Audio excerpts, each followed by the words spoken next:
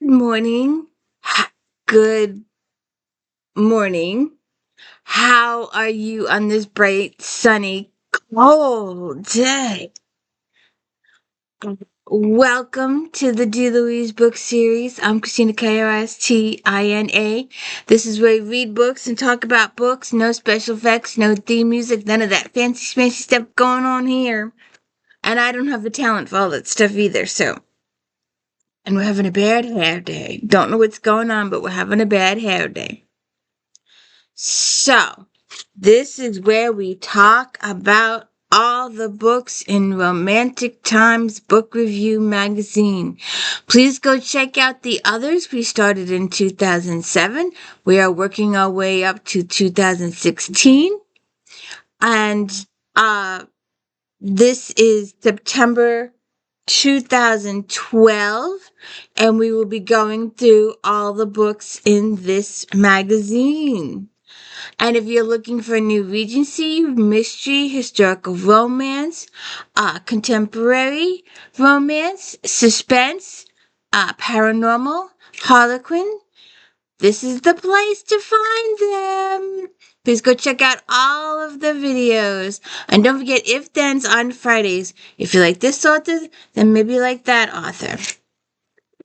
And come here. Come here. You came over here. Come here. You came over here. Come say hi. More people watch her sitting on a bed doing nothing than watch me talking about a book that I read for hours and then sat down and told you all about it for like 10 or 15 minutes. But no, nobody watches me. They all watch her. She got 3,000 views. I never get that many views. Ever. I'm lucky if I get 10. I was watching this lady's video the other day, and she went on and on about how, um, some of her videos only get 60 or 70,000 views, and some of them might get fall and get only 40,000. I'm like, my screen. I'm like, I'm lucky with 10. 20 or 1,000 is low. I would be through the roof, hysterical with happiness if I had that many. Hell, I'd be happy with 100. I'd be happy with 20 or 30 or 40 or anybody. Would you stop?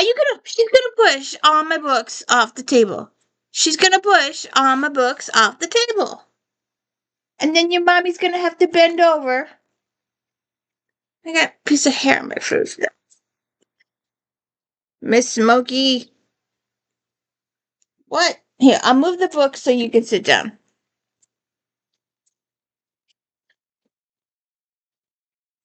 Make up your mind.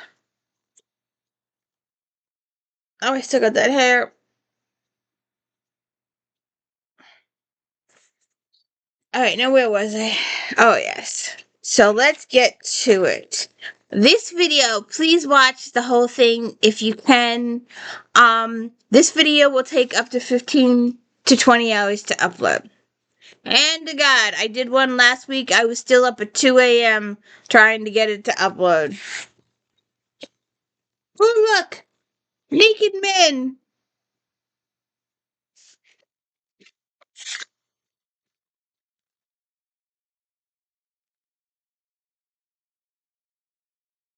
And we will be doing this. Some good ideas in this magazine. Yes, I'm gonna be doing that soon. I was shying away. There was something I wanted to do a while ago, and I kept telling myself that the public would give me grief on it, but I'm gonna go ahead and do it anyway. Um, Tessa Dare, Lady by Midnight.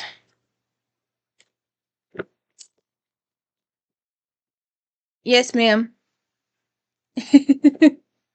Uh, the little blue one here. Says a dare.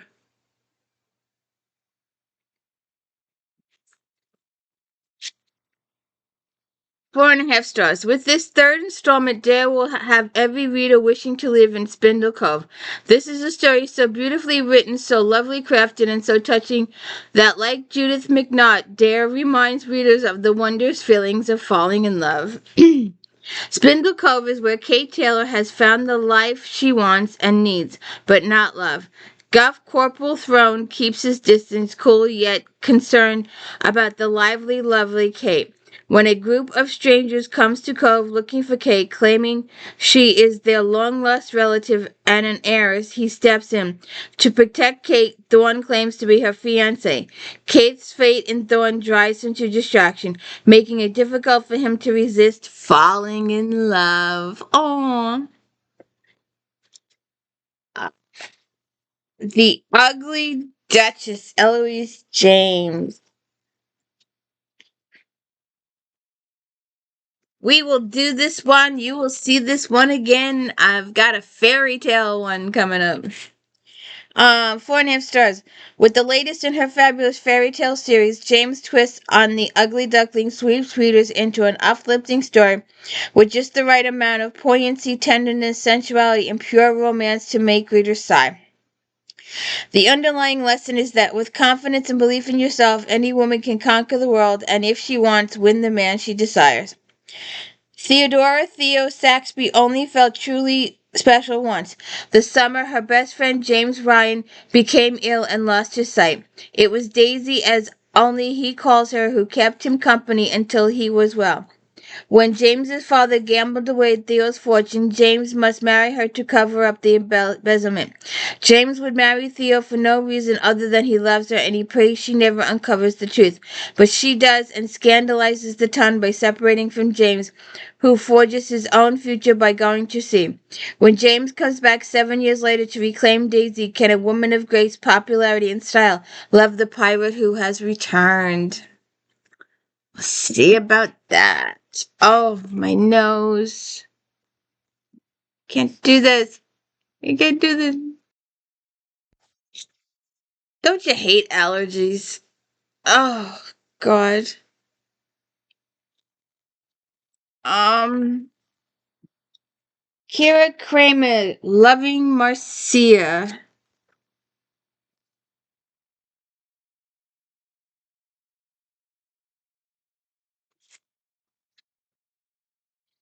Loving Lady Marcia, 4.5 stars. Kramer's unique take on the TV series The Brady Bunch is a delight, funny, sexy, smart, and more charming than the show.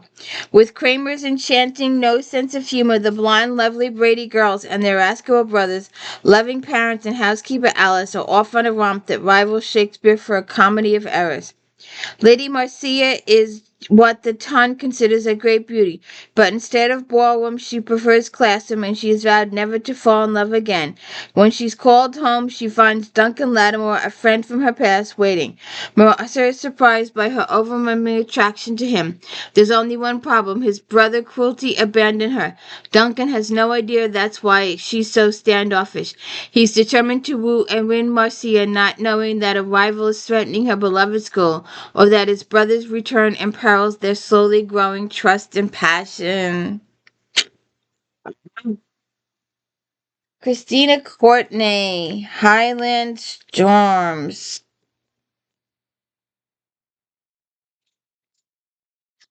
Hmm. I don't think those are not part of Flashback Monday.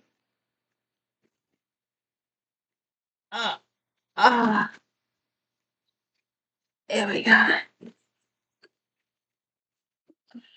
Highland Storms.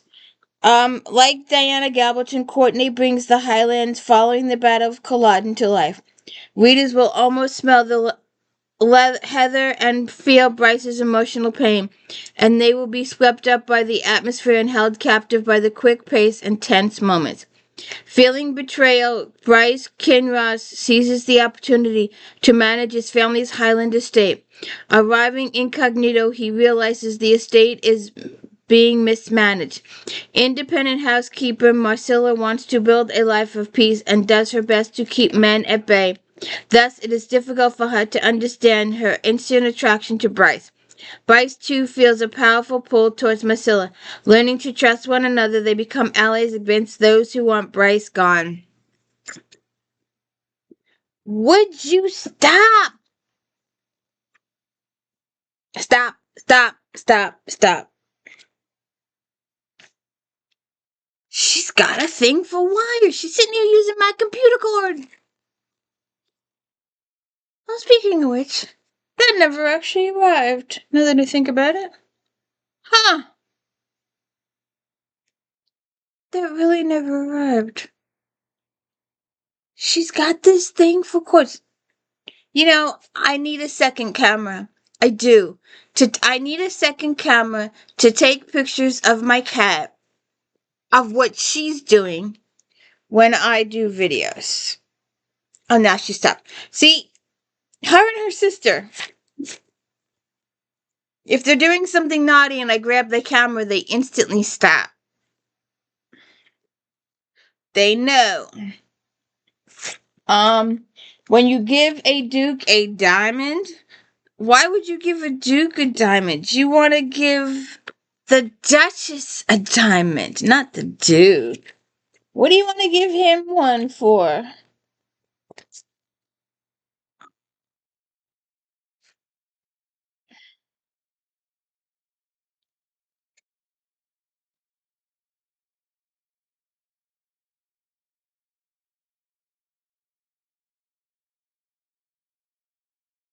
I wrote down the wrong page number on that one.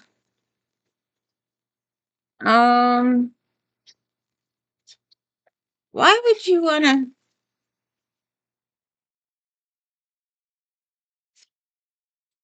give a duke a diamond?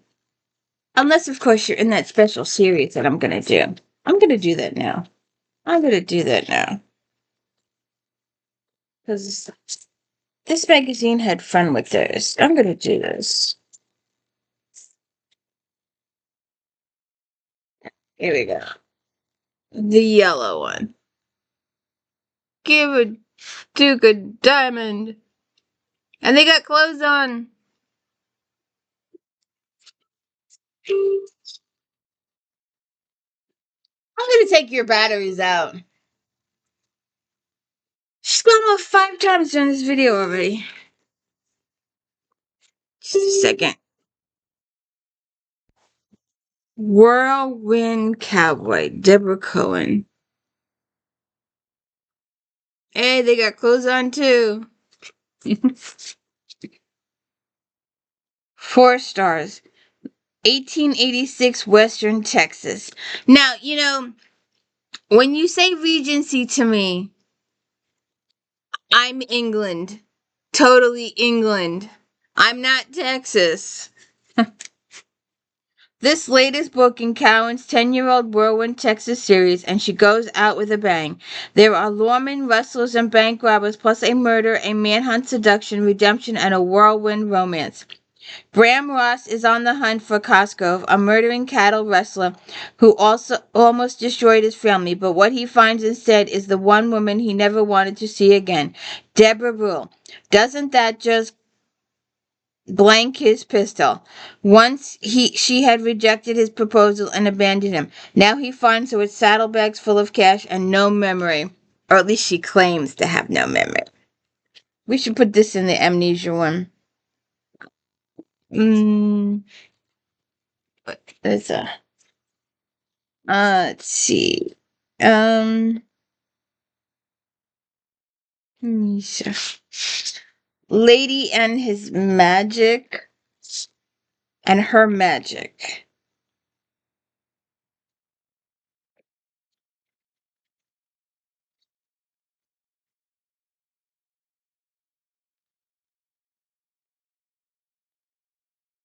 Lady and Her Magic.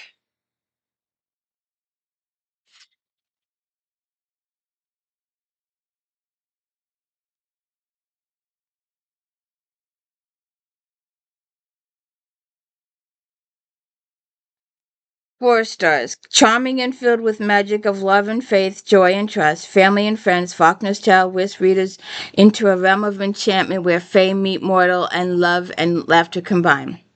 Lady, a lady and her magic cannot be parted, or so Sophia thought. Thorne is told when she is sent on a mission to help a little girl. Sophie must complete this mission or lose her wings, and she cannot fall in love with a mortal. But she doesn't count on Ashley, Duke of Robbinsworth. Once a scandalous scoundrel, he desperately needs the laughter Sophie can bring to his life. Sophie is determined, even if it means losing her wings, to give him the love he deserves. Aww.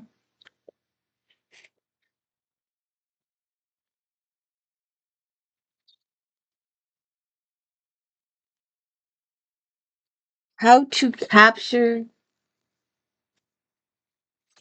a countess. Um, 4 stars. Delightfully springly romp is what Hawkins does best, and when she sets her witty tale in Scotland and adds charming castle and an engaging cast of characters, readers have the beginning of an appealing new series. At 17, Rose fell wildly in love with Lord Alton Sinclair, known as Lord Sin for his wicked ways. Stung by his indifference, the starry-eyed girl tried to win an illicit kiss, but then panicked and pushed the notorious Rakeshell into a fountain, leaving Lord Sin floating among the lily pads to the mocking laughter of his peers. Rose escaped back to the obscurity of the Scottish countryside. 6 years later, Sin convinces his aunt, the Duchess of Roxbury, to invite Rose to her annual house party where he plans to get revenge by making Rose the laughingstock of polite society. To his astonishment, he finds she has become an alluring woman who threatens to turn the tables on his nefarious plans. See how that works out. And Forbidden, Nicole Cornick, the lady in yellow or orange. I don't know. I don't like that dress. Do you? I just don't like it.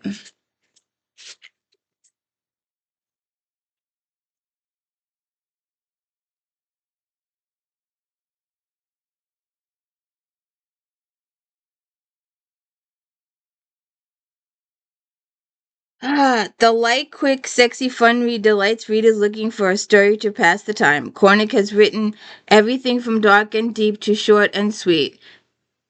Mallory Mallon is a lady's maid whose only dream is to open a confectioner shop. She has no desire to have her life complicated by a gentleman until she encounters Henry Ward in a brothel. Henry has been asked by the aging Lord Templemore to investigate rumors that Marjorie is his long-lost granddaughter and heir. See, Study in Seduction, Nina Rowan.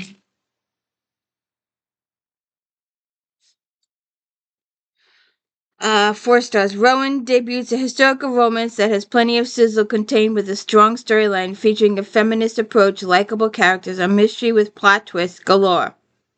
After Alexander Hall, Viscount Northwood, purchases an unusual locket, he is surprised by a visitor, Lydia Calloway, who demands he return her property. A genius with numbers, Lydia wagers that Alex will be unable to solve her puzzle and be forced to relinquish the pendant. Alexander's intrigue, Lydia is a great challenge with her puzzles.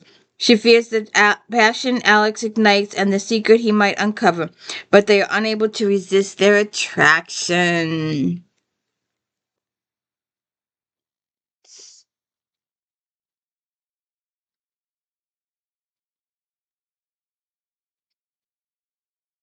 Ah, the final,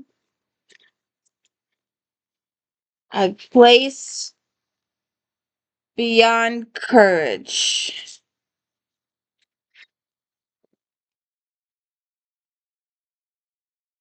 Elizabeth Chadwick. 4.5 stars.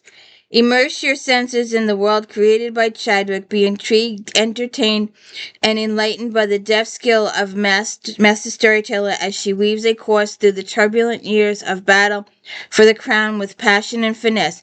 For fans of William Marshall and Chadwick, The Greatest Knight and the Scarlet Lion, this is a must-read. Upon King Henry's death, John Fitzgilbert swears to King Stephen to protect his English lands. When John realizes Stephen is weak, he swears fealty to the Empress Matilda. John annuls his first marriage and allies himself with the Salisburys by marrying Sybil, the Earl's sister, and forming a powerful alliance. With Sybil, he finds a true mate and happiness. They have 2 sons. The second, William, is his favorite. John remains steadfast, protecting all he's gained while asking for Matilda's son Henry to take the crown. And we'll see what happens there.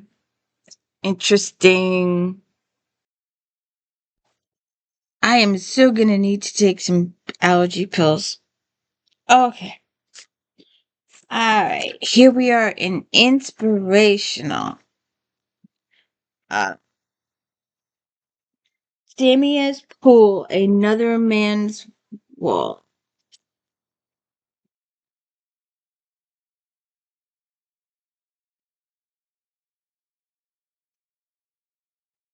Another man's will. 4.5 stars. Pool's latest sizzles with sex, dazzles with drama, and captivates with bondless emotion among family, friends, and lovers. Pool skillfully weaves in and out of the lives of 3 sisters, keeping readers mesmerized. Divorces, deadbeat dads, and dead-end relationships and disastrous dates are enough to cripple any woman's faith in finding a good black man. The possibility that a white man or an older man could be the right man is introduced so smoothly. It's easy to root for the unlikely pairing. Aw, I've got an eyelash in my eye now. Crystal has 3 baby daddies, so her family is appalled when her new man moves in within a few months. Yvette struggles when her ex-husband gets fired. Nevertheless, she's not sure she's the type to like a sugar daddy. Highly successful Dana is surprised to learn true romance may be colorblind. Why not? Why not? I see no reason why it can't be colorblind. Angela Winters almost doesn't count.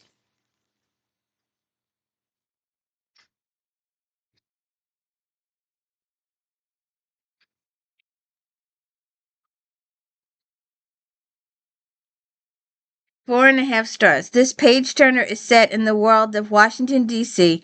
Power brokers and 3 lending ladies are taking names. They are hot and smoking, so kick back, enjoy, and keep the lemonade handy to cool yourself off. Charisse, Erica, and Billy have been friends forever, from childhood to their current career paths in D.C. Charisse and Justin Robinson are new parents to their daughter Cody, but Charisse is not sure Justin is the father.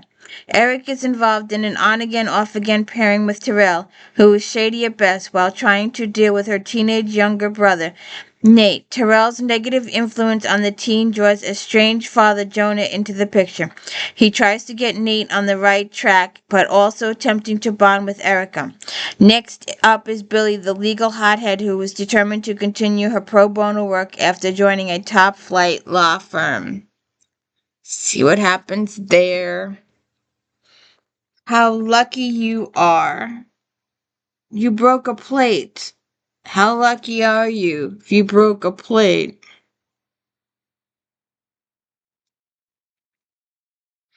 Kristen Kusek Lewis, 4 stars. Anyone who has ever had lifelong friendship will love Lewis's debut novel about 3 best friends. The secrets they keep and how those secrets change their world and possibly their friendships forever. I was part of a friendship like that. I am the sole survivor. And I was the oldest. Oh, no, actually, no, the other one. She was older by a month. But we're deceased. I'm the sole survivor. Waverly Brown seems to have it all. She has a steady and loving relationship with a boyfriend of a decade. A decade? You're going out with a guy for a decade. He's not gonna marry you if he's not gonna marry you after a decade. Two best friends, she's known for years and is living her dream running a cozy bakery in the suburbs of DC. But her secret mounting debts are threatening her entire existence. Meanwhile, Kate's husband is on track to become the next governor of Virginia. But as she loses more of herself to become the perfect political wife, the deeper issues in her marriage begin to surface. And as always, Amy is hiding a huge secret from her husband. Okay. A Girl Like You, Marcia Jersey. A lot of pink going on there.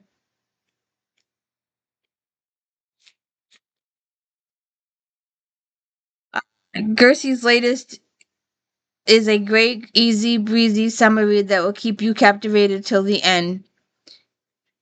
Our NASCAR plays a small part in this story. Emma Fraser loves her job as journalist at Florida magazine. In order to impress her boss, she volunteers to interview NASCAR's golden boy Trip Monroe. Since they went to high school together, she figures this will be easy. As she goes back to her hometown of Catford, where she finds a new love interest and secrets that could tear her apart. Aww. I've got to sneeze.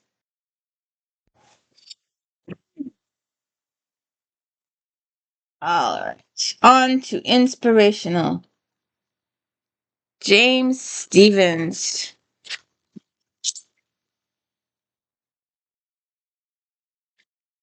Opening moves. Now that doesn't look like an inspirational cover to me. But it is.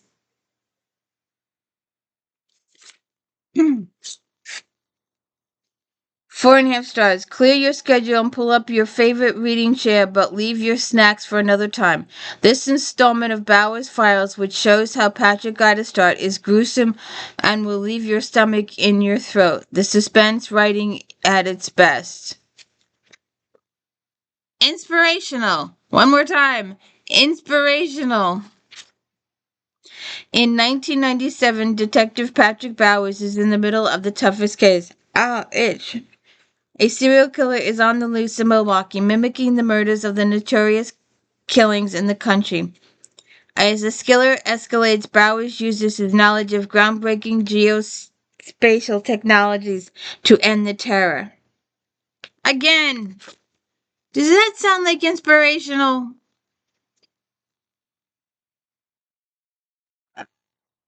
Dan Walsh. The Reunion. Sorry.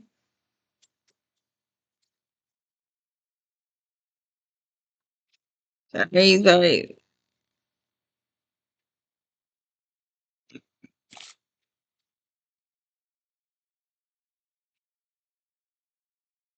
4.5 stars. How can you find words to thank someone for saving your life?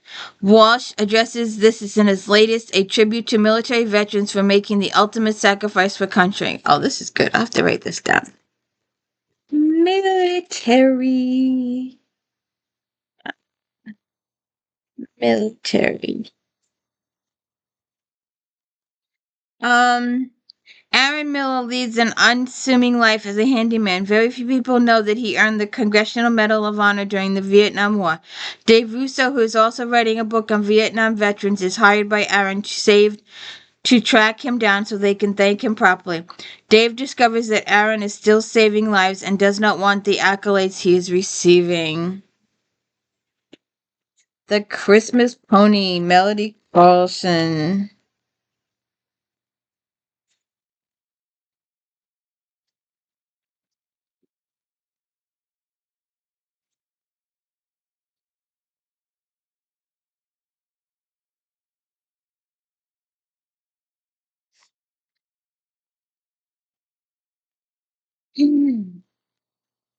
I love this magazine. I really do.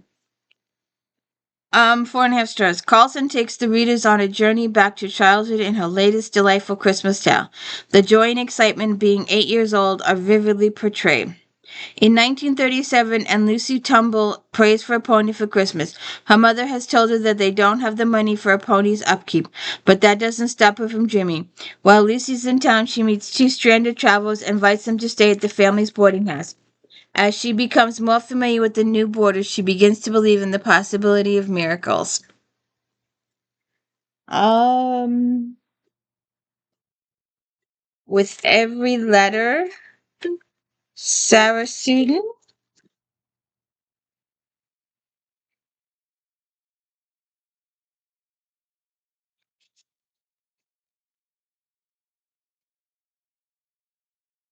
Now, a movie just came out about this. Well, not this, but um, bunch of African American ladies who played post, who delivered mail during the war, and how uplifting it was, and how great their work was.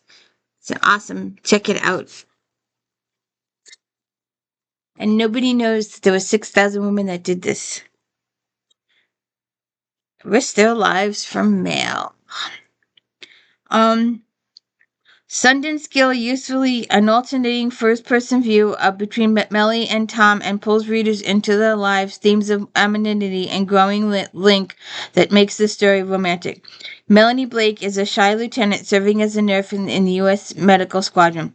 She enthusiastically agrees to take part in an anonymous letter writing program to Tom McAlvin, an officer in the aviation battalion overseas.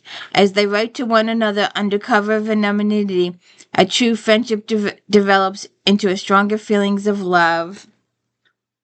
Ah, I like that. Wait a second. Um,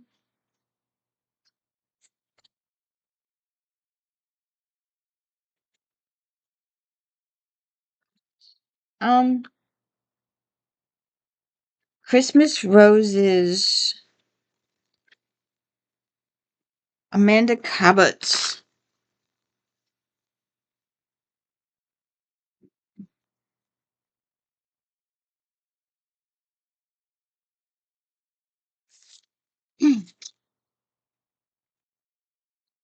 Four stars. Cabot writes a beautiful love story with a little mystery, the magic of Christmas, and the hope of miracles. Wyoming Territory, 1882. Celia Anderson needs a miracle, not presents for Christmas. It does not get more. If she does not get more boarders, she will have to close her boarding house. In her small mining town, they've hard to come by. Mark Williams, a carpenter and wanderer, stays at Celia. Soon he's hoping to give her a miracle of Christmas. Okay. Autumn winds.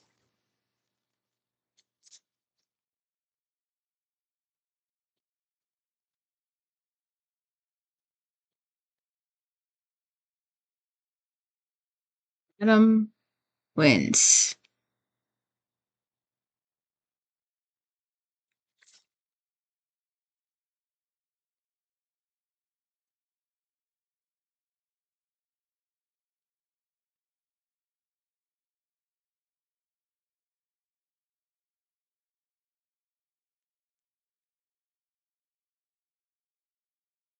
Four stars. Here's another great book centered around Sweet Seasons Cafe and the woman who run it. The characters are sweet, funny, and determined not to offend anyone with their decisions. Widowed Marion Lentz has just met her future in the form of one Ben Hooley, who seemed to come out of nowhere during a storm. He is a traveling blacksmith who seems content to stay in her small community. She knows Bishop Keep is beside himself as he is pursuing her and hopes she will marry him. There are so many obstacles in the way of true love, and Marion has to choose wisely or she could lose more than just her cafe. Oops. Okay. Love Reckoning.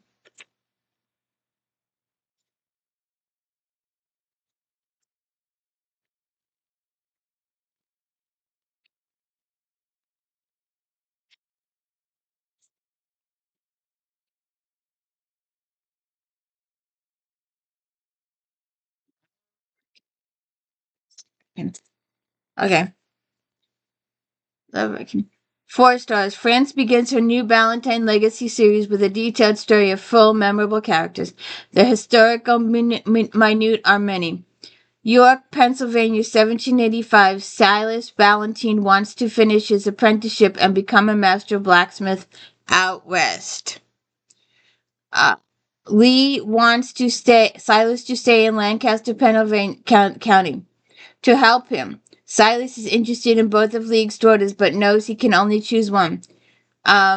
Eden and Elspeth are different as night and day. Only one can be the lucky one, while the other one will have jealousy in her heart. Oh, don't have jealousy in your heart. Find your own lover. And that ends inspirational. And we move on to teen.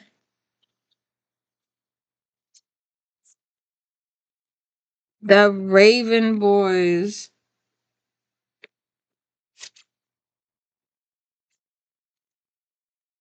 I know my lighting stinks. The Raven.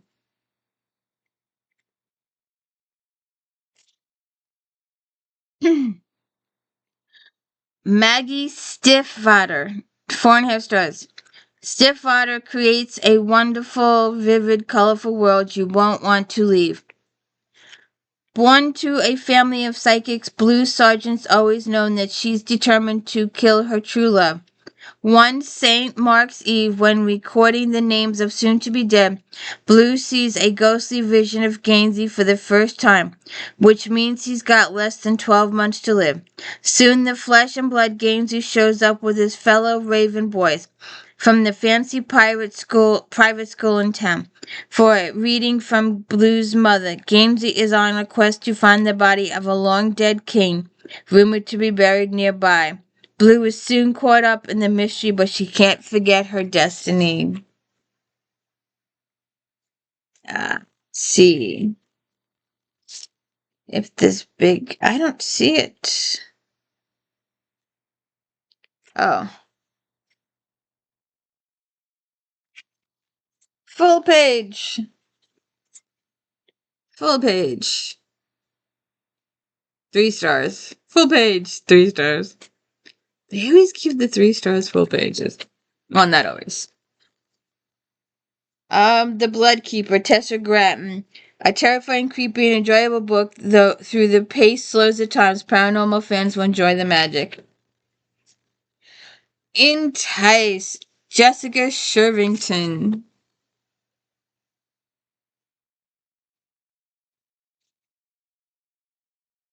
The second Embrace book is entertaining and addictive with buckets of thrills. Entice, a roller coaster ride with love triangles, angels, and bad guys.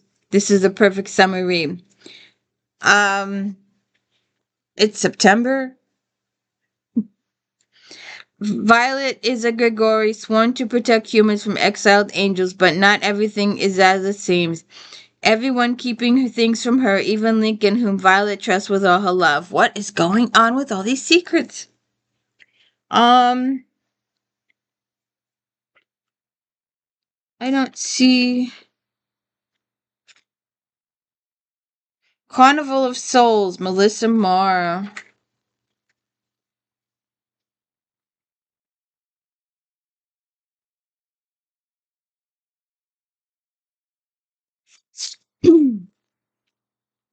Four and a half stars. Marr showcased her impressive talent by crafting an incredible, fascinating, complex world. Raised by her witch father to be a fierce fighter and hate demons, Mallory knows nothing of her true heritage as the demon offspring of the city's ruler. Anya enters the competition even though she is of the ruling class. To avoid breeding, Caleb, who has befriended Mallory in the human world, is fighting with the competition to break free of his lowly caste. As the fatal competition grows more treacherous and interest in Mallory's whereabouts increases, their fates become intertwined. Okay. Doesn't that sound like Hunger Games or something? Let's move on to sci-fi. And I hope you check out Star Trek Next Generation recaps on Fridays. And I just found this new book, and I'm cursing myself out. Why didn't I find this book when I started doing the recaps years ago? I found this new book, and it's only going to be good for 2 episodes. 500-page book is only good for 2 episodes. Broke my little heart when I realized I could have used that book. Found things too late. Hidden Things, Joyce Testerman.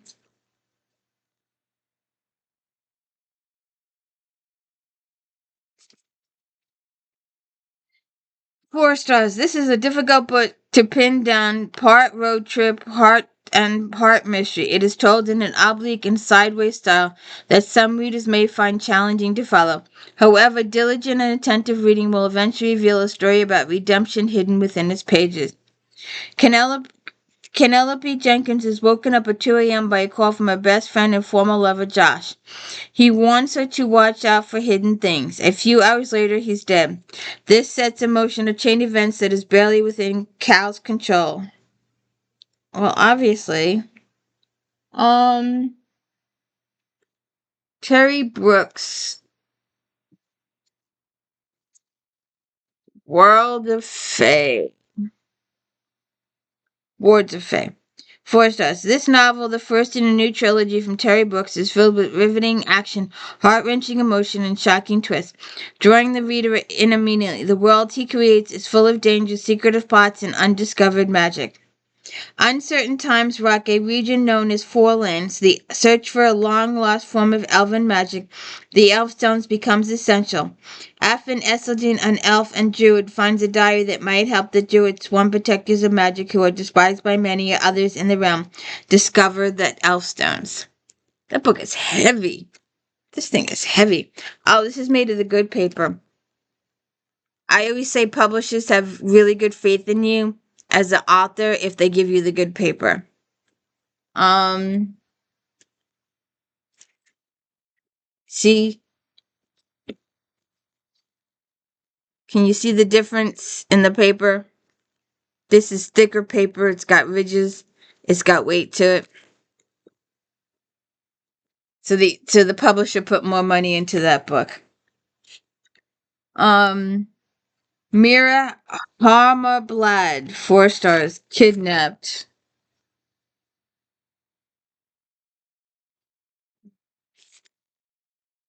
Intrigue and oddities populate this entertaining sci-fi romance. Instead of getting mirrored in elaborate details of UFO technology, Blend opts to focus on the human drama to great effect. One stormy evening, Patricia Risden drives down a familiar road on her way home from dinner with friends. However, the weather is bad, and when a man appears out of nowhere, she attempts to brake, but all the lights suddenly go out. Waking up in a hull of a spaceship held prisoner by the Alliance Commander Tavis 152, Patricia is on the hot seat. Tavis demands to know her involvement with the rebel force. With no clue what Travis means, Patricia soon locked up in a windowless room. When Tavis ineptly realizes she doesn't know anything about the rebels, she starts to pity her and let her out of her cell. Okay. Um. Oh, good God. Ooh, romance. Lots and lots of romance.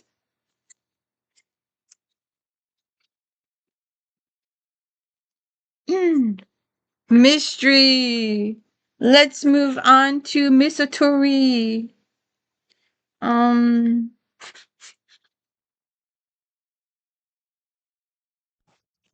Move on to mystery. Laura Jo Rowland, The Incest Game.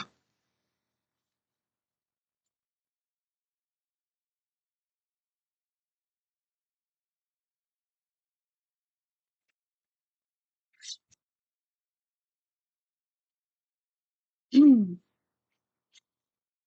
4.5 stars. Roland's 16 Sano Ikero mystery is excellent. She seamlessly incorporates history and culture without slowing the plot. Even without reading earlier books, you'll be able to invest emotionally in the characters' lives. After the 1703 earthquake devastates Edo, Japan, Sano, second in command to Aria's shogun, is sent to restore the area and keep control of the dangerous situation. The shogun is no leader and has to be kept in the dark about the extent of the damage, as do rival lords who are eyeing the area. At this point, the murder of an incense master and two of her students seems unimportant, except the girl's father is a noble who pressures Sano to find the murderer immediately. Hello. How are you?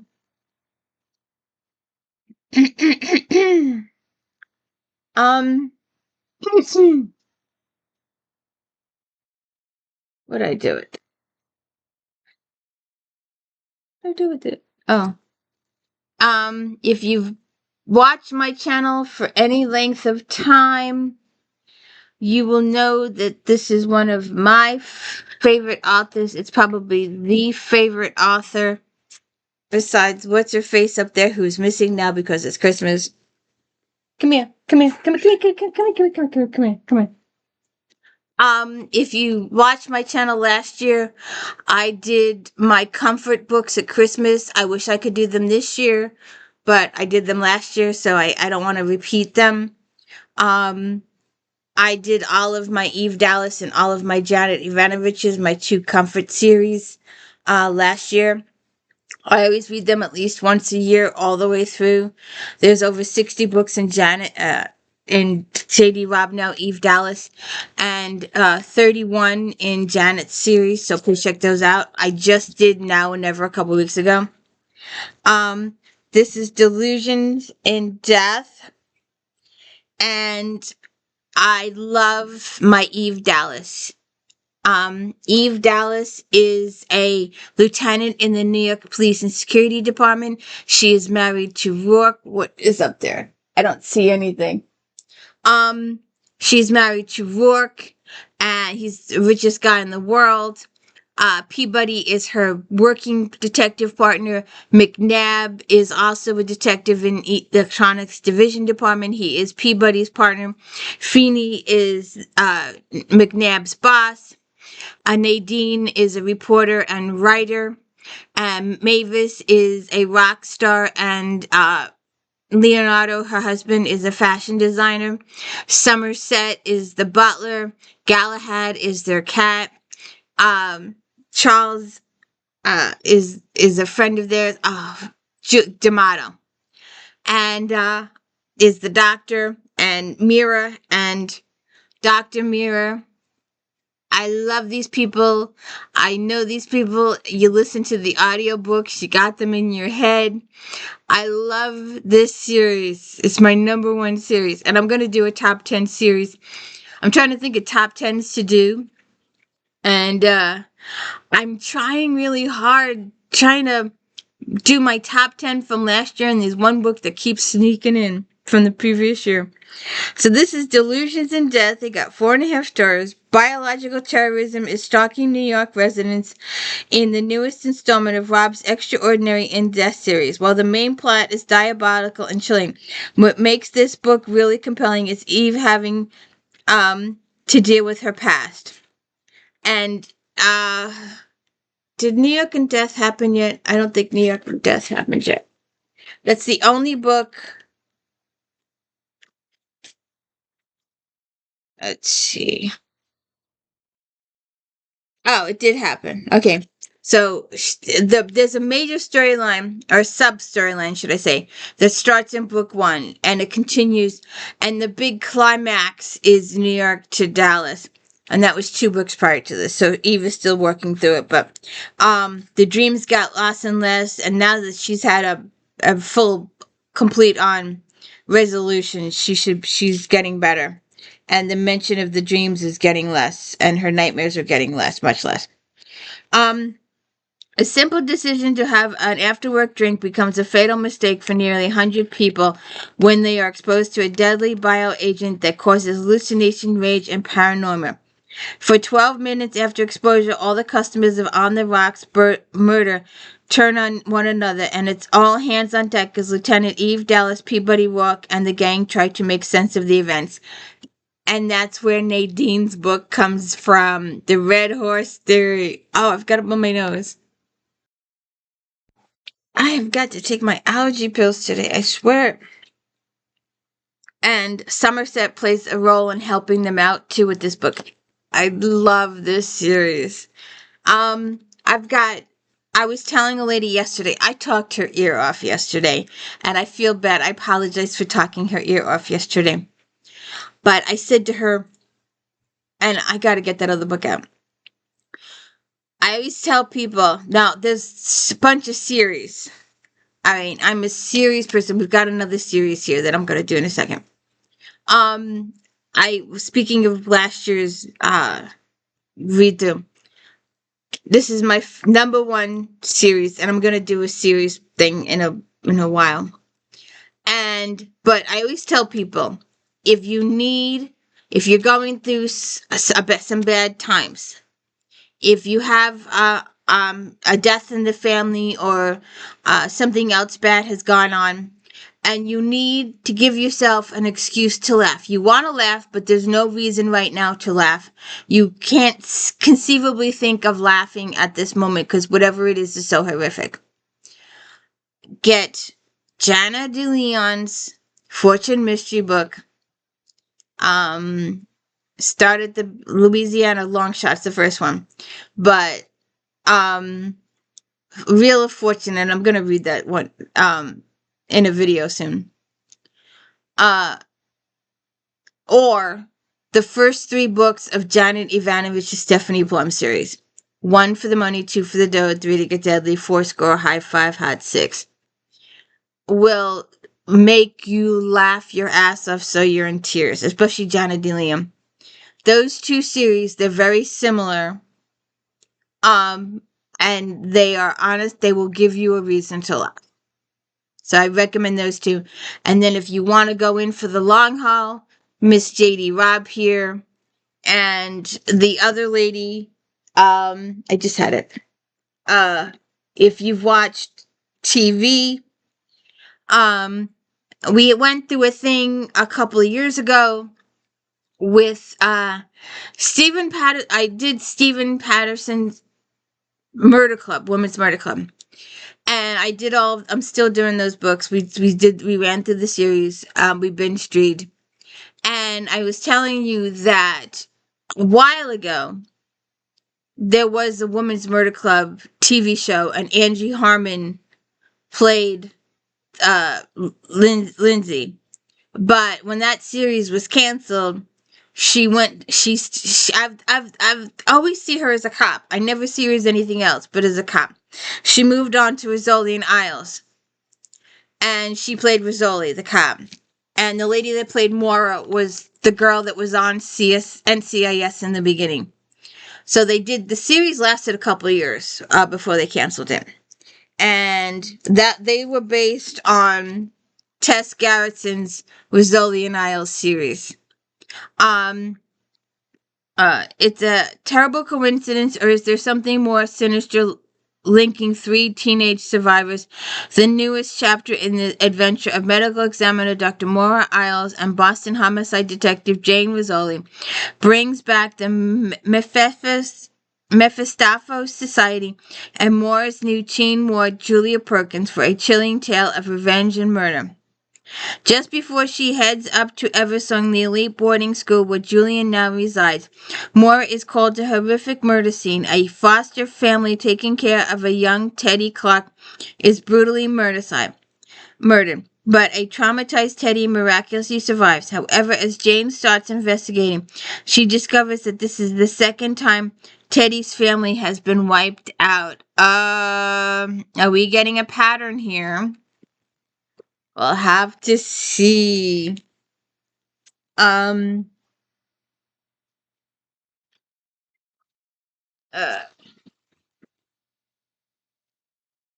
Excuse me. All the books just fell on the floor. A Sunless Sea. Perry, 4.5 stars. Perry has another splendid entry in the exciting series featuring Police Superintendent William Monk. This was also a TV series. She mastered long ago mysteries combining history, vivid personalities, and heart-pounding suspense.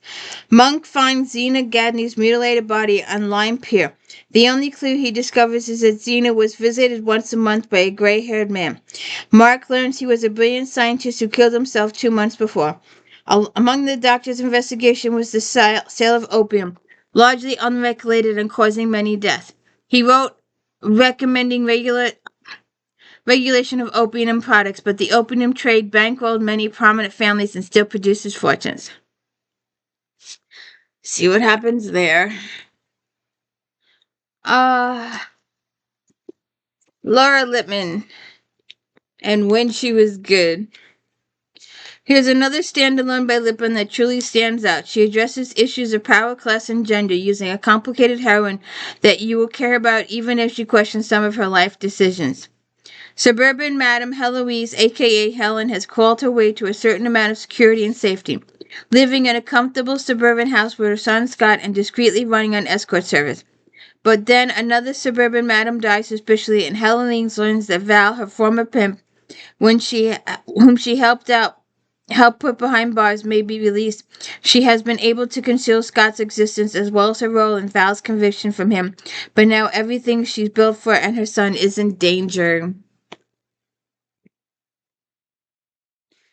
And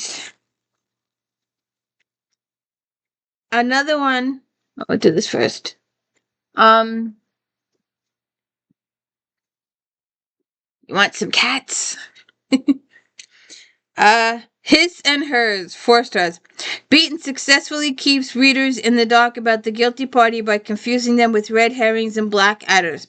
Readers will have a field day keeping up with Agatha and her cohorts. Agatha has fallen head over heels in love again this time. This time she has her eye on gardener George Marston, but so do other women in Cotswold Village. Agatha would do anything to get her man, including footing the bill for a charity ball, just for the chance to dance with him. And then George doesn't even show up. Agatha goes looking for him and finds him dead body in a compost heap. His killer chose no ordinary weapon. A poisonous snake delivered the fatal strike. Agatha rallies her little detective agency to find the killer, only to learn that George had quite a complicated love life. Oops. See what's going on there. And also, a TV series that ran for quite a few years. And is still running on syndication. You can see it often. And to tell you the truth, I kind of liked the TV series better, handling of the romance. Kathy Reichs has been stretching these characters out for years. And it's driving me bonkers. They get together one book, they break up the next book, they get together, they break up, they get together, they break up. It's driving me bonkers. The TV series got them married and kept them together. Kathy Reichs, Bones, who, and if you go back, last year I did a forensics if-then. I did Kathy Reichs, and Patricia Cornwell, and a few others in that one. The always excellent Reichs delivers a chilling tale of murder, infanticide, and corruption. Dr. Temperance Brennan's life continues to be filled with emotional bumps as past relationships may hamper an investigation. As always, there are plenty intricate forensic details combined with tingling suspense and deadly consequences. What starts out as a bleeding woman fleeing from the hospital turns into a horrible case of infanticide that requires Temperance expertise. The bones of several infants are found in a rundown apartment belonging to Amy Roberts. But where is Amy? Tempe and her currently off-again lover, Lieutenant Andrew Ryan, start investigating, but their case quickly collides with one headed by Canadian Mounted Police Sergeant Ollie Hasty. Tempe and Ollie had a brief fling years ago, which adds a layer of tension. Amy's trail leads across the country to a remote diamond mining town. What they discover is both sinister and highly disturbing. Oh. Never pile a whole bunch of hardcovers on top of a Bass Market. Wendy Straub, The Night Watcher.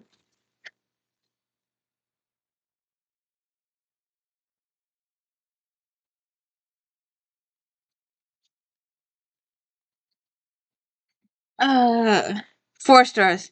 This first book in a new trilogy starts off with a bang. The action builds right to the explosive ending. Allison is a relatable character, and Stab really nails the atmosphere of New York immediately following 9/11. Allison Taylor and her adopted city of New York awaken to the 9/11 attacks. Amidst the devastation, it's discovered that her neighbor has been brutally murdered. She loves New York, but she is afraid, especially when the men in her neighborhood life seem to have motives for murder. Allison must be careful not to be the night watch's next victim. Okay. Um, let's see here. Did that one, did that one, did that one, that one, that one, that one, that one, that one. One more. No Way to Kill a Lady. The white covers just never show up so well on my computer. 4 stars. Funny and fluid, the latest Blackbird Sisters mystery has plenty of quirky and shadowy characters fluttering around the family that's back to investigating murders. Nora Blackbird's life as a glamour society columnist with a high price lineage and zero balance checking account might be plugging along fine, but the rest of the family is in big trouble.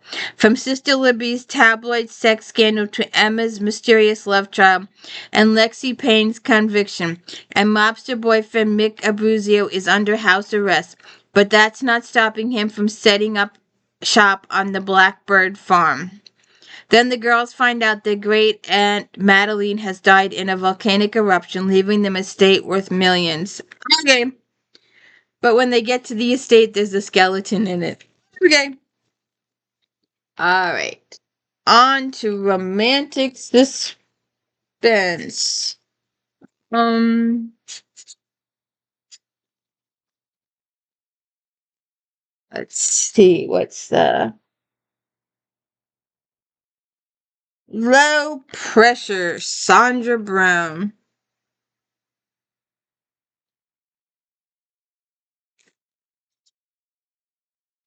4 stars. The fallout from Memorial Day murder continues to haunt everyone involved. In the newest tale of romance and murder from Suspense Maven Brown, for this heroine, the search for her truth regarding her older sister's murder shines a spotlight on dark areas with unexpected results. 18 years ago, Susan Layton was found strangled, but the case was complicated by the presence of a tornado ripping through the area at the same time. Eventually, Alan Strickland was convicted of the killing, but Bellamy Liston Price suspects the full truth was never known. She has written a best-selling fictional novel of the case called Low Pressure. Because he was Susan's boyfriend, pilot Denton Cart went through hell as a suspect during the investigation. So he's not thrilled with the new scrutiny, but he can't deny the attraction starting to boil between him and Bellamy. Okay. And I've been trying to figure out how to do a if then with this lady, but the few others that did this are few, so there's not too many. Motorcycle romance. In Ride's Trouble, 4 stars. Julianne Walker has knocked it out of the park again with the follow-up to Hell on Wheels. Becky is a sassy, brazen heroine who knows how to hold her own, while Frank is the ultimate alpha male, right down to his rugged scar. Their back and forth banter is filled to the brim with sexual tension. The multiple character POV adds depth to the story, while the suspense catching the villain will have readers biting their nails till the very end. Rebecca Reinhardt is tired of being seen as nothing more than a cover for the Black Knight Special Ops team. She wants in on the action, and she wants it now. Unfortunately, that means convincing her boss, former SEAL Frank Boss Knight. Frank has been seen more than his fair share of murder and mayhem and refuses to let Becky get anywhere near the danger, and then she gets into it anyway. Always. Always.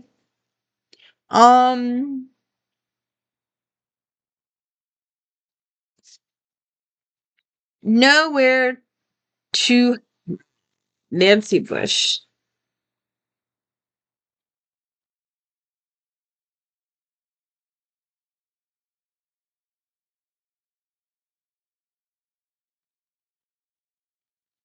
Hmm. 4 stars. In her latest novel, Bush brings back Nine Rafferty, the newbie detective who is following the path of a sadistic serial killer. Edge of your seat suspense, complete with several plot twists. Detective September 9 Rafferty is on the trail of serial killer who strangles his victims, carves messages into their flesh, and then leaves them to be found in open fields around the counties of Warrenton and Winslow.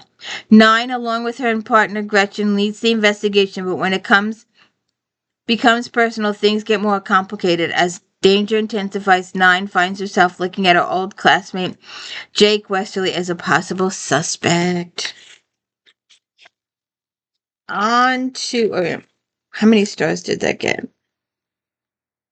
Okay, we'll do one more. To the Grave, Carleen Thompson.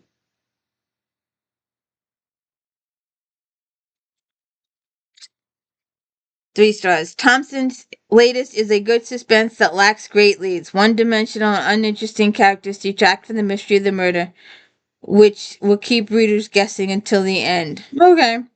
When Catherine Gray returns to her hometown of Aurora Falls to start psychology practice, she is reunited with her high school coach, James' ex-wife Renee mysteriously left 3 years ago and has not been seen since. Was she murdered 3 years ago, and that's why she's not been seen since? While showing James County property to her sister, Catherine discovers Renee's dead body. Oops. All right. We know where that's headed. All right. Contemporary romance. It's so weird that every month they move the topics around in the magazine. But Regency's always first, paranormal and Harlequin are always last. But the other subjects, mystery, contemporary romance, and sci-fi, always go back and forth. Red Hot, Niobe Bryant. Naked guy on the cover.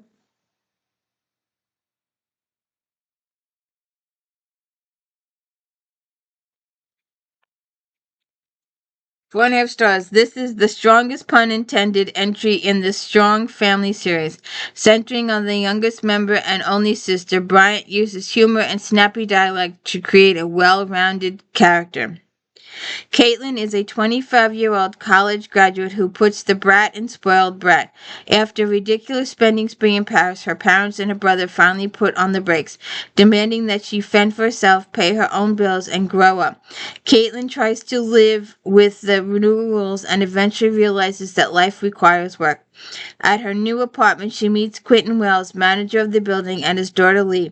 Kate appears to be a mirror image of Quaint's ex-wife, and he wants no part of that. Okay.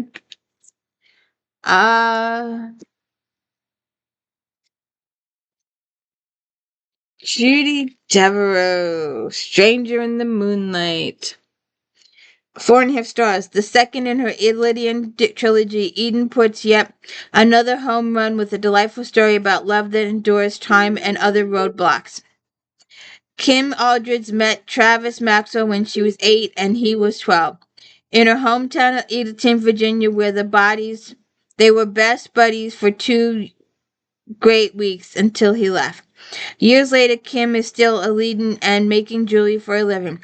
Travis has never been able to get King out of his mind, so when his mother is retiring and moving to Aleading, Travis, now a sexual lawyer, decides to go back and find Kim. Aww.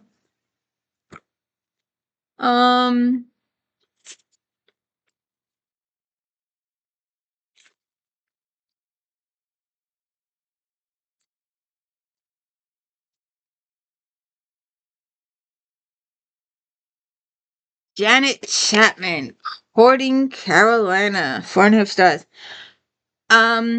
Another magical ocean offspring gets this story in Chapman's new Spellbound Falls charmer. A hint of danger threads through this most unusual courtship tale. Not only does this novel have compelling protagonists, but the supporting players give the story warmth and a dash of humor.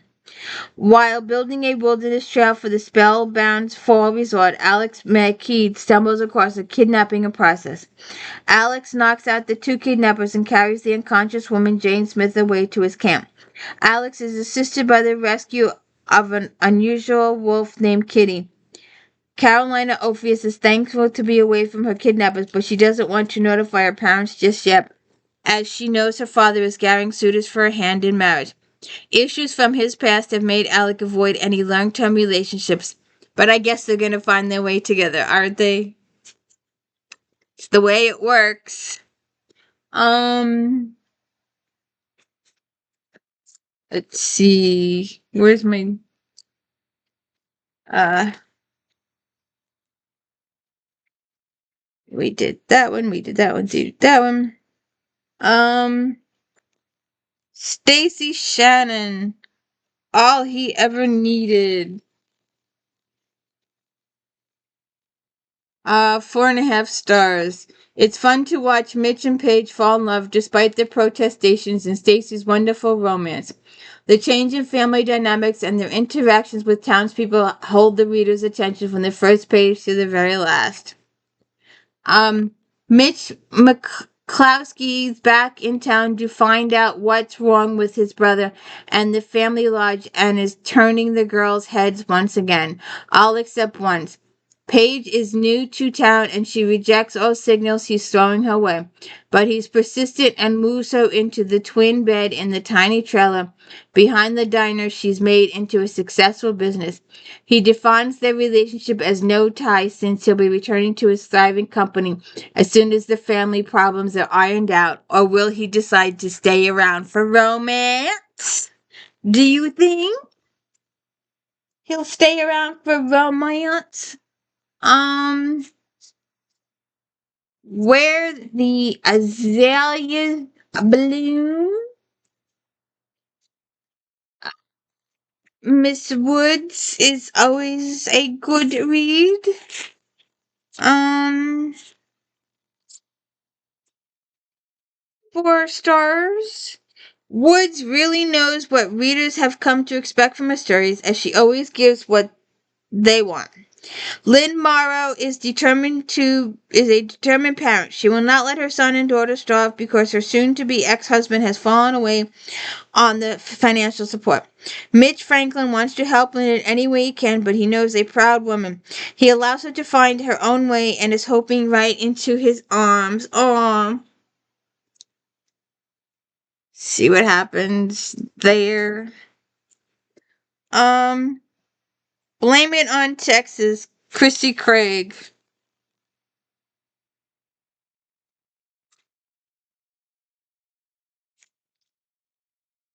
4 stars. Craig returns to Texas, and the hunky boys of the only in Texas PI agency in this sexy, light-hearted romp centered around a sassy heroine on a mission and the gorgeous hero who falls for her. In Texas for a month, Zoe Adams is in search of answers about her past. She goes to a local PI firm to aid her in her quest. When PI Taylor Lopez meets Zoe, he can't help but be taken with the beautiful redhead, even though he's not looking to get involved with any woman at this time soon, but ends up doing just that. Is that one of the ones that's done? Let's look. Yes. Close enough to touch. Victoria Dahlia.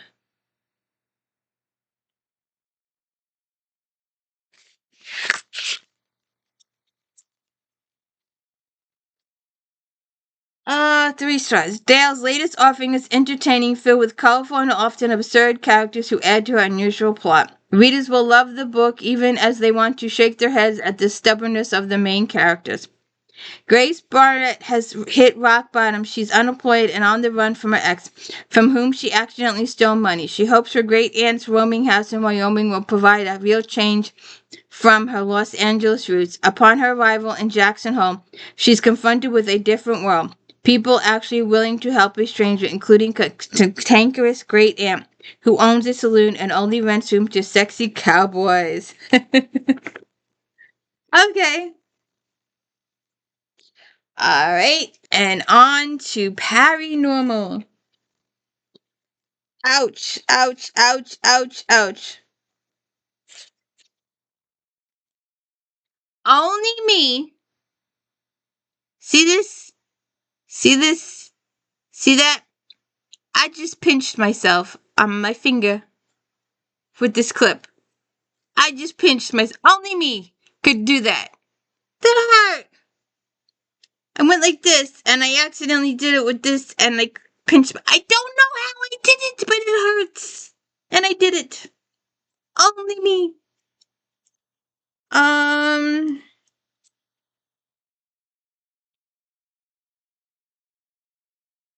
And I wrote the wrong thing.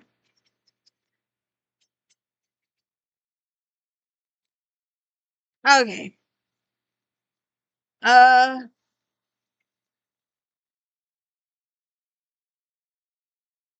Now let me sing. Ouch, ouch, ouch. Archangel Storm.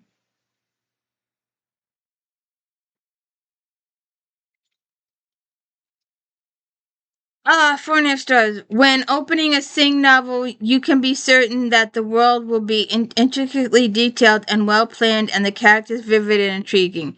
So it's no surprise that her Guild Hunter books delivers on all accounts. During the wedding of Dimitri and Honor, Archangel Raphael's spymaster Jason gets word that Eris, the consort of the Archangel Nella, has been murdered. And Neha is on the verge of madness. Even though Eris is betrayed by Neha centuries ago, and her sister Naviti, Nera is devastated by his death. To stop Nera from sliding into vengeance-dripped hysteria, Jason volunteers to hunt down the killer. Okay.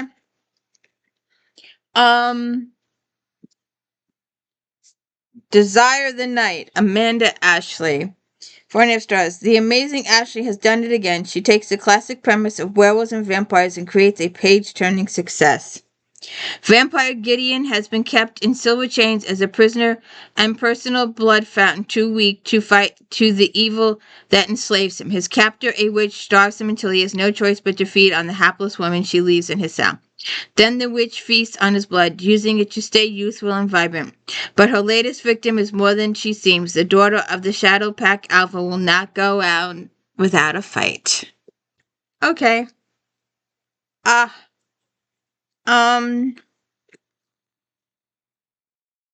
don't think. Yeah, I'm pretty sure I looked for this one. And I did not see it. It would have been a good one to do, but I couldn't find it.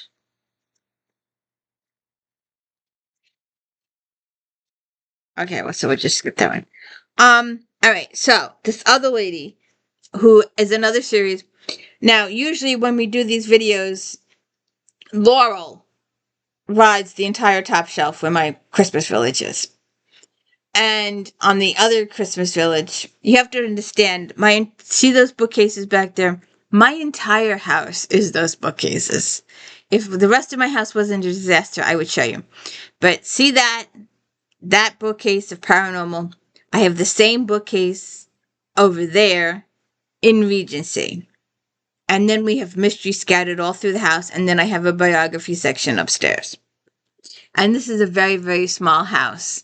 And I have 32 bookcases. I don't anymore, but I used to keep one of the bathrooms a half bath. So there's no shower, no moisture in there at all. I even installed a shelf in there and I had books in there. But now it's just as knickknacks. But I did keep books in there until I got another bookcase. But this lady occupies the other side, and she is also paranormal. And we will do her books, and we will read them in order. And when we get to Acheron, I've always told people Acheron is over 1,000 pages. The first time you read Acheron, read the whole book. The second time you read Acheron, unless, of course, you're one of those people that love the heart-wrenching stuff, and I know you exist, I've seen you. I've seen your posts on Facebook. Can I have a book that will tear my heart out, that will make me cry like crazy? And there's hundreds of them, thousands of them. People will go, here. Acheron is one of those books. So if you're into a character being tortured. Here's a candy. You are starving. You haven't had food in several days. A person offers you food, and then if you take it, they will beat you for taking their food. And that's the kind of life Acheron lives for the first half of the book. The second half of the book is modern day Acheron with his powers, blah, blah, blah, blah, blah. Much better. But he has a very low self-esteem. He's the most powerful person in the universe, but he has a very low self-esteem. So he's working through that. And just because you can doesn't mean you should, or something like that. But anyways, this is well into the series. And the books go, Dark Hunter, and then Were Hunter, and Dark Hunter, and Were Hunter. But it's a whole series. And then she did the League. And I've got the Nicholas's books. I've got most of them. I still need 1 or 2 more. But I'm not going to read them until Acheron and Nick make up. Once I know they're gonna make up and they've made up, then I will read all the books knowing that they have made up and knowing that I can see a happy ending. But I will not read them until that point comes, and it hasn't happened yet. So I am collecting the Nick books, but I haven't read them because I'm waiting for the Acheron and Nick to make up. And Sherilyn will not say anything. If you do Facebook or YouTube every Thursday night at 8 p.m., Sherilyn and her friend, I think it's Carol, she's a romance writer, they do a podcast most every Thursday, unless they're busy or bad weather or someone's sick or something like that. They do it. You can ask them questions every single Thursday at 8 o'clock. So this got 4.5 stars. The always awesome Kenyon delivers her own take on the 2012 Mayan prophecy in the newest Dark Hunter novel. Native American mythology once again is the focus at the time of the reset approaches. Bitter betrayal and humanity threatens all of all time, and humanity so tensions are running especially high in this marvelous thriller-minute tale. Kenyon's success is keeping all her complex story threads untangled in an astonishing feat and joy to behold. And also want to point out, like the other book earlier, this has got a little bit fancier paper. It's a little bit heavier. That means the publisher is invested in you for the fancier, thicker paper. The treachery of his half-brother Coyote led to Ren Wa's death and rebirth as a Dark Hunter. Ren was supposed to be one of the venerated guardians, the one born to reset the calendar and keep the gates of hell closed. Scientist Kateri Avani can no longer deny her extraordinary heritage as she comes under sudden attack by creatures seeking a stone left by her grandmother. As the human keeper of the legend, Kateri is plagued by confusing visions, including ones where Ren Wire turns from lover to killer. Unsure whether Ren is friend or foe, Kateri is still compelled to join forces with him.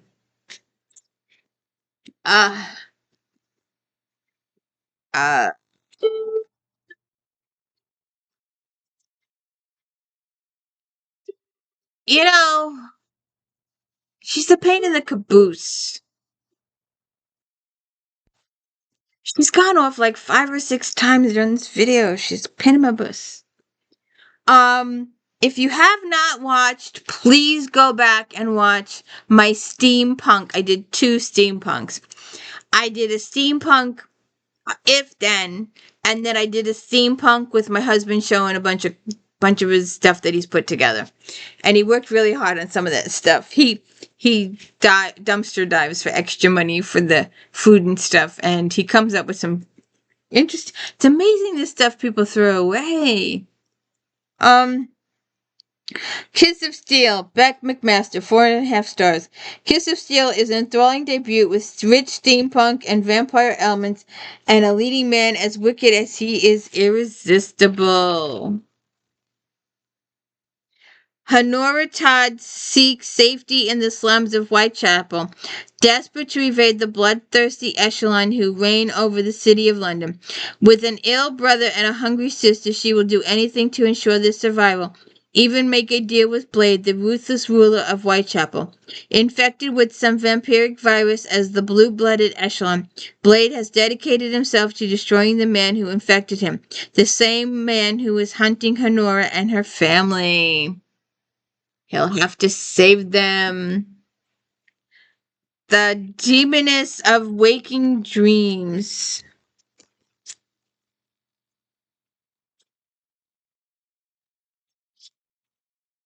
The Demoness of Waking Dreams.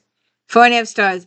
In Chang's amazing Company of Angels series, and angels and demons have never looked better or fiercer. The fresh take on an overloaded genre will thrill and excite lovers of paranormal romance. Chang's characterization and plotting combine beautifully in scenes readers won't forget. And the sexy romantic interlude between the two warring species are sure to heat up the pages and warm the hearts. In the ultimate war, angels and demons battle for supremacy, but the line between good and evil is razor thin. Loyalties are uncertain, and these supernatural combats could fall on either side. Brendan Clarkson has been a guardian angel since his murder 10 years ago, but this former cop is still a warrior at heart, and he's out to catch a devious, dangerous, and gorgeous demon. Lucina Rossetti has been a rogue demoness for centuries since she clawed her way out of Satan's domain. She only exists to seek vengeance until she meets a certain angel. Another one of my series. There's two steampunks. Actually, there were three steampunk, but I don't got the other one. Another one of my authors that resides back there. Time Travel: A Tale of Two Vampires. With number 10 in the Dark One series, McAllister shows no signs of slowing down. The author's clever use of humor and hilarious situations continues to keep the series fun and fresh. Although there is quite a bit of jumping backward and forward in time, McAllister makes it quite easy to follow the characters and their adventure. LOLANTHE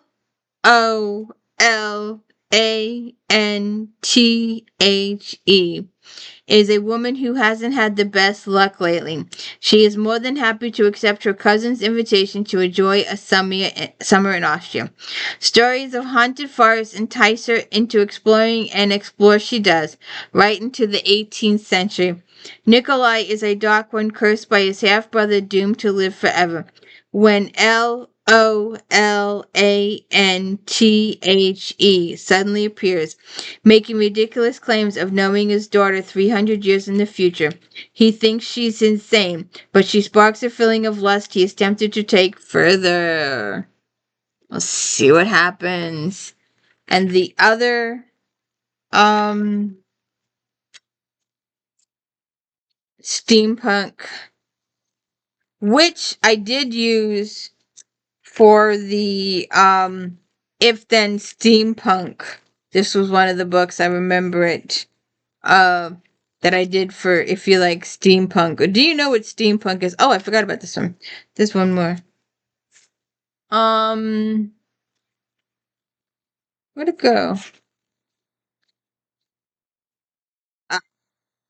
We'll come back to that for a second. All right. Where is it? It's all over this magazine. It's everywhere. Immortally yours. Let's just do this. Oops.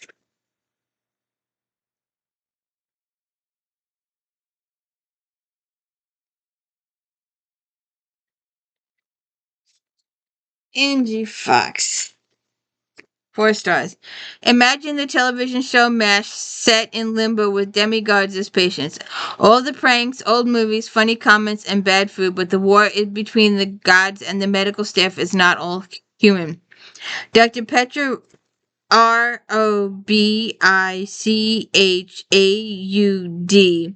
has come to terms with army life. She patches up soldiers and sends them back out to fight the never-ending war between the old gods and the new.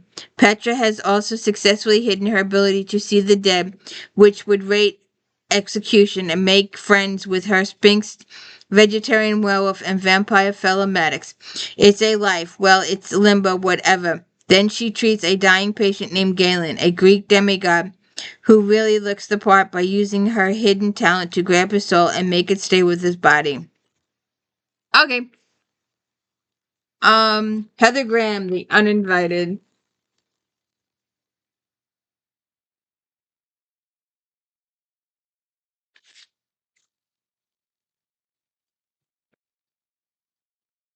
Uh, 4 stars. In the final installment of this Crew of Hunters trilogy, Graham takes readers on a tour of historic Philadelphia during the Revolutionary War. The characters are so likable that one wishes the Romans would have played a more prominent role in the book. Assistant history professor Allian Lee enjoys working on a docent as the Tarleton Dandridge House, bearing a striking resemblance to the famous heroine Lucy Tarleton. Allison gives tours of the house that was taken over by British General Lord Bryan B. Bradley. After a tour, Allison finds a fellow guide dead. Later, she is called to the hospital by a young boy who was on an earlier tour. His father is in a coma, and the boy claims that a ghost from the house followed them to the hotel. FBI Special Agent Tyler Montague is the first Texan crew member called in to investigate the most recent deaths in the Tarleton Dandridge house. Legend has it a painting of the beast has caused a number of mysterious deaths. A painting? Okay. One of my other authors, and I was looking at the picture in here, and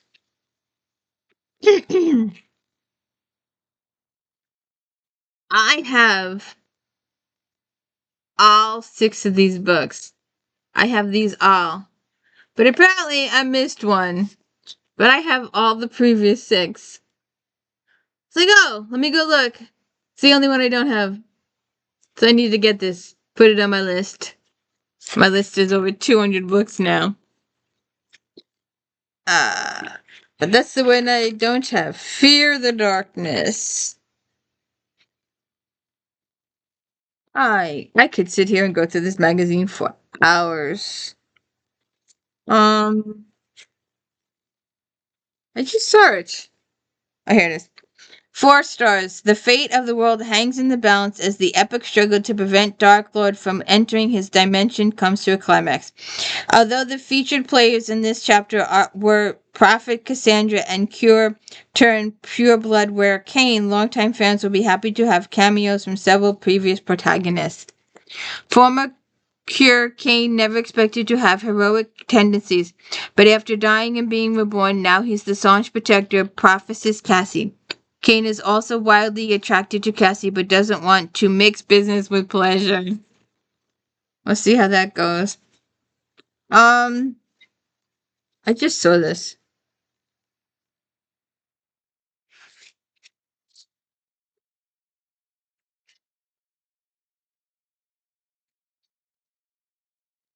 Naked guy on the cover. How for it? My computer is so bad. There we go. Shelley Lawrenston and Cynthia Eden. These novellas by 2 popular authors feature wolf shapeshifters and their mates. Lawrenston's Like a Wolf with a Bone returns to the Smith Pack hometown with an amusing story of a fierce killer wolf brought to his knees by a friendly pastry chef. Eden's Wed or Dead is more intense tale with brutal attacks and betrayal. These are entertaining stories. Okay. Linda Grimes fixed. Let me just um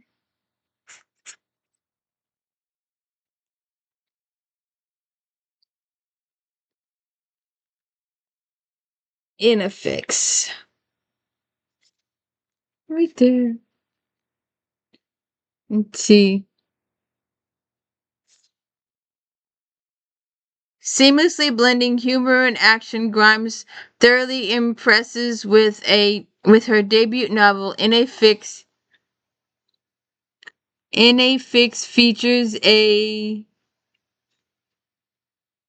hilarious heroine with an unusual ability and a penchant for getting into trouble, making for a refreshing read. Add in two yummy alpha male love interests, both of whom the heroine cleverly holds her own against, and the reader is sure to be fully entertained.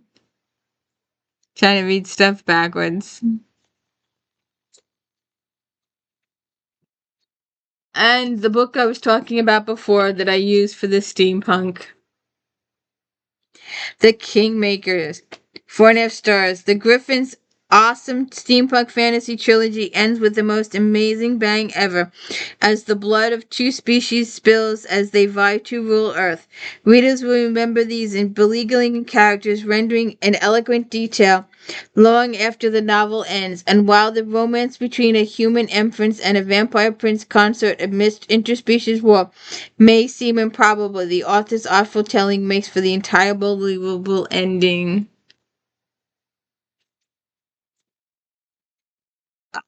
That's it for the show and tell. Oh, I went. Um, Kevin Anderson, Death Warmed Over.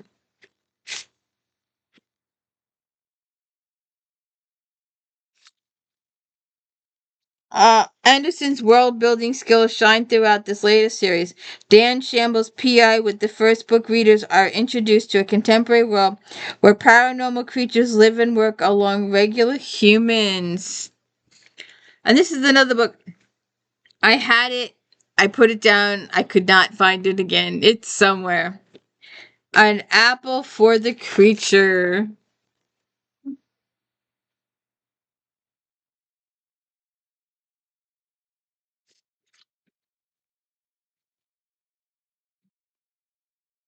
Charlene Harris, Ilona Andrews, Mike Carey. An apple simply won't cut it when it comes to appeasing these teachers. A sampling of the stories are included. Playing Possum from Harris, where Suki. If you watch True Blood, go and I did a vampire thing, and Charlene is one of the authors that I do. If you want into vampires and you want good ones, if you do a search for good vampires, if you Google it, whatever, these authors consistently come up in every time you Google. So please go check out my vampires. If then it's my top 10 vampires. Where and so True Blood. Eric always goes. I can't help it. And she ended up marrying Bill in real life. Um, Playing Possum, where Suki Stackhouse and her telepathic nephew face off against a madman with a gun in grammar school. Magic Chess by Andrew Kate Daniels, while Julie Olson goes undercover in a school for exceptional kids, hoping to find a missing teen. Jonathan Marbury delivers Spellcaster 2.0, where the group of students on assignments learn that arrogance and playing with magic are very bad things. Marjorie M. Liu's Sympathy for the Bones reveals that young Clara learning from the wrong teacher comes at a very high price.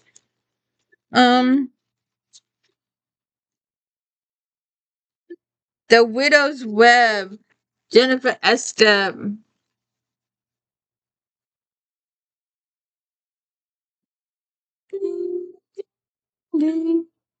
She's gone up like 15 times.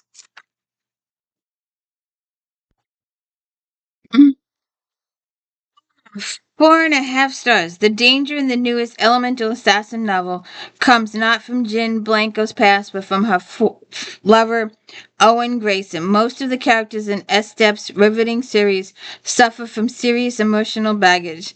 She's been hanging out with Sherilyn Kenyon. Jen and Owen's relationship is progressing nicely until Owen's ex, Selena Dubois, sashays back into town. A powerful water element, Selena plans to restore her family's legacy, which was destroyed when her father was murdered by a now deceased criminal kingpin. Jen suspects something strange is happening when mysterious casino owner Philip Kincaid, who has his own ties to Owen and Selena, hires her and Park Pit Restaurant to cater a party. During the event, Jen ends up saving Kincaid from an assassin, but who is targeting him? We shall see. Um,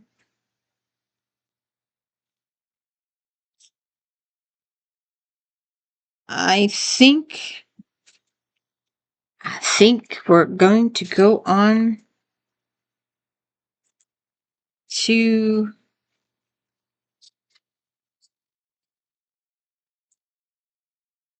Harley Quinns. A few quick Harley Quinn. So, where did I see that? Where was?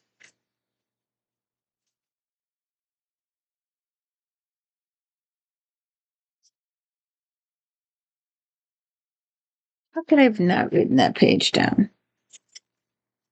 I look at all the Harlequins. Look at all those books. Did you know that there's a Harlequin? And I did an if then for Harlequins too. I did a special on them. But there's a Harlequin for doctors, a Harlequin for police officers, a Harlequin for NASCAR, a Harlequin of if you want to marry a chic billionaire, a Harlequin with families in them. There's a Harlequin for everything. There's a Harlequin cowboys, Harlequin inspirationals. So I just had it.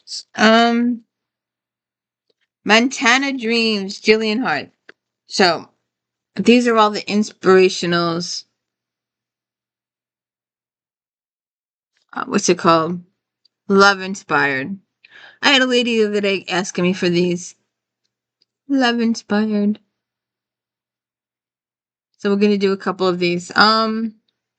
Montana Dreams. Single mother Millie Wilson has come home to care for her dying father. She has always had a strained relationship with him, and his bitterness has burned bridges with many of his neighbors.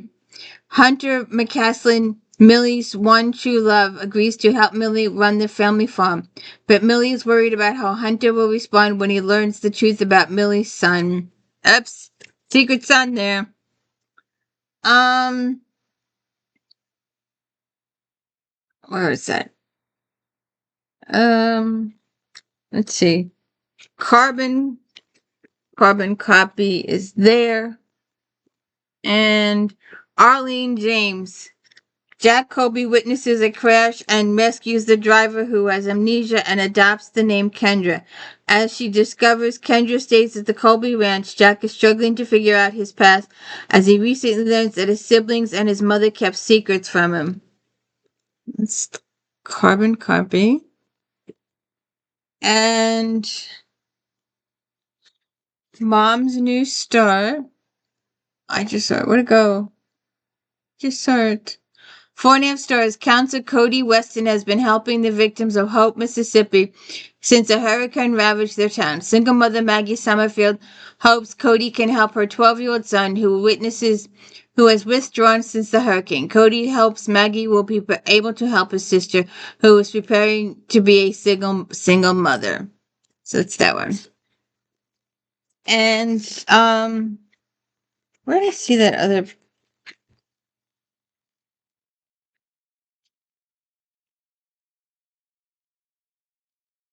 I know it's here. I saw it.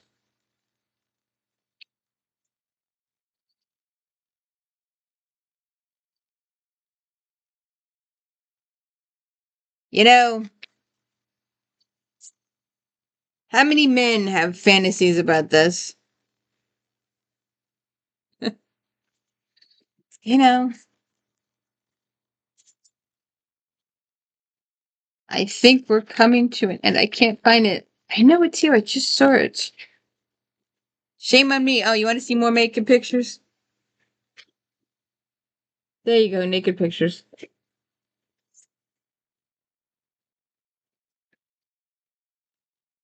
There were Sondheim and Elleris Cave were two very, and Loose ID were the big, uh, I saw this whole page. Oh, here it is. See if we can find one.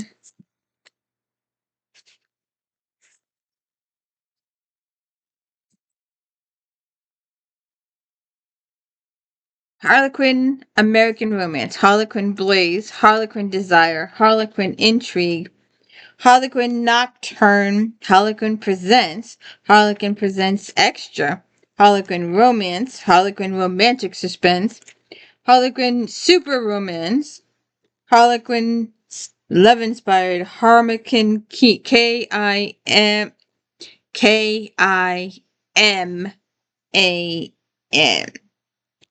Let's see. Formula for Passion. It's in the corner. That one. 4 stars. YAHRAH.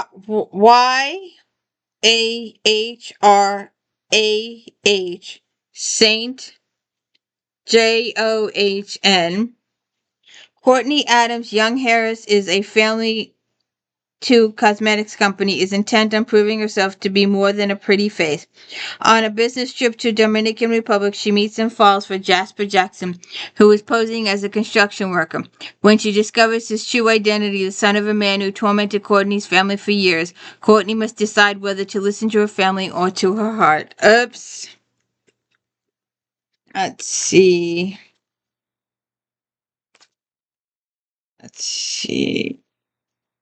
Forever Kind of Love is the one next to it.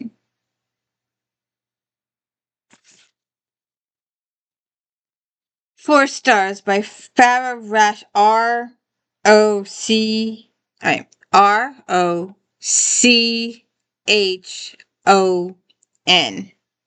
Maya Dubose has returned to her hometown for her grandfather's funeral and to face old demons.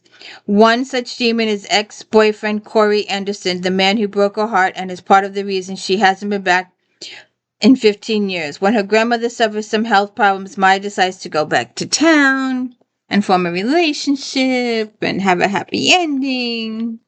And that's the end of Romantic Times book review for September 2012. This video will take 15 plus hours to upload. Fingers crossed we can do something about that. I doubt it though. If you can please hit the like and subscribe, let me know I'm doing a good job. Tell people I exist. I just want people to know I exist. Nobody knows I exist. It would be awesome to have 100 people see every single video, but I know that's not going to happen. I mentioned the other day that this lady was going, her videos get 20 or 30,000 views.